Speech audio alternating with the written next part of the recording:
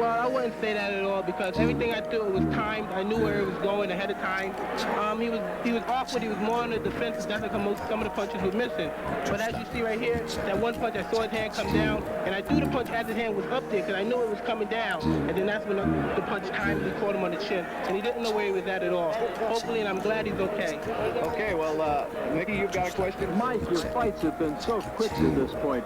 Seems hardly worth the trip down, but are you getting to a point where you need longer fights, where you need somebody to carry you, I mean, to extend you a bit?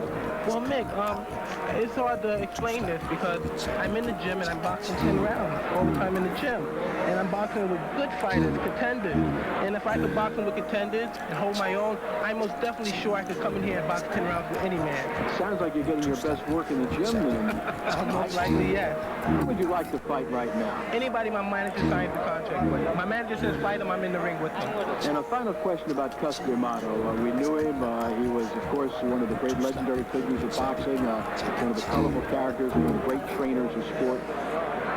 What did he teach you, and what is it that you will miss the most that you learned from Cus D'Amato that you got from Cus? Well, can I tell you, I miss Cus dearly. When Cus left, he had a great influence not only on me, but so many people in the boxing business, a great deal of people in the boxing business, and mostly the great thing about Cus, every man must believe in himself. You must have the confidence, and you must, no matter what the situation is, you must face the problem. Don't care who it is. Eddie Richardson, world champion, 6'10", 6'12", 400 pounds, muscle bound. You face your problems because that's part of being a man and developing character. Mike Tyson, you have certainly come a long way, and you're going to go a long way. Thank you very much. And again, it's a pleasure. And I'd like to thank Josephine Abercrombie very much, and my dear friend Bob Scagnoli for letting me fight in this show. And it's my honor. Mike Tyson winning on a first-round knockout as he has done so much during his career, and we will be back with more fighting.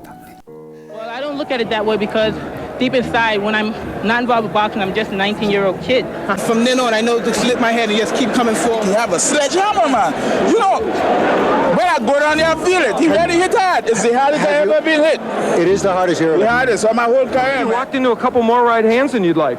Well, the right hands that I walked into wasn't catching me solidly. They were grazing right hands, which I'm very peculiar when the right hand comes. Excellent. The right hands are mostly never effective on catching me because I'm always slipping with them, and I'm on an angle which the points go diagonally forward. I felt a little funny. I wasn't right. I wasn't Mike Tyson that you saw earlier in the past because of the star buildup. It was a little intimidating.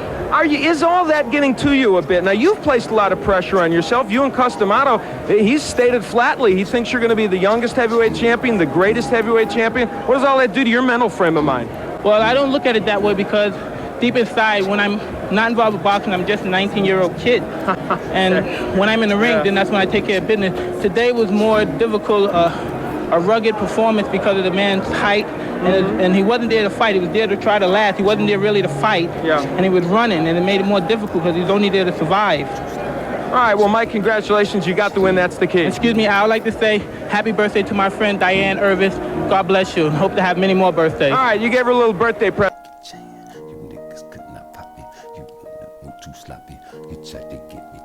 And you made every punch count. Well, that's what basically me and my manager, Cus D'Amato, was training on from the beginning. You don't have to throw a lot of punches, but every punch you throw, make sure it hurt him, hit him in the right spot where he's vulnerable at. And that's what I was trying to place the punch, but every punch hit him, he'll be hurt at all times. Dipsy doodle move. You ducked under his jab, then came up with that left hook, and it was outstanding. And I know that's one of many.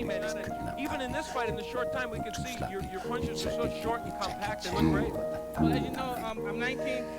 Improving. That's not all I'm doing. There's a lot of other things that I could do very well. And as time comes and I'm learning and learning the stage as I am now, things are going more and more as I like it to be. It's difficult, isn't it? At 19, you have progressed well, certainly, and you have all this power.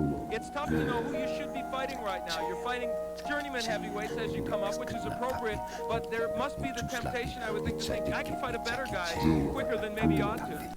Well, I'm good enough to fight some top fighters right now. But until my managers, Jimmy Jacobs and Bill Caton and Cus D'Amato, decide I should fight one of them, then I'd be happy to go along and fight anybody. But at the moment, I have to go. I'm not a fighter that's out. I'm not a freelance agent to say, well, I want to fight him. I got to go by the rules. And you know how the business is. You got a boss, too. Okay, that's true. We all have bosses. Well, right now, you're the boss in this ring, that's for sure.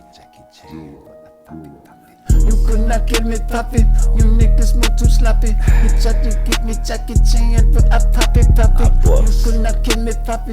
You niggas move too sloppy. You tried to get me Jackie Chan, but I pop it. You niggas wanna pop me.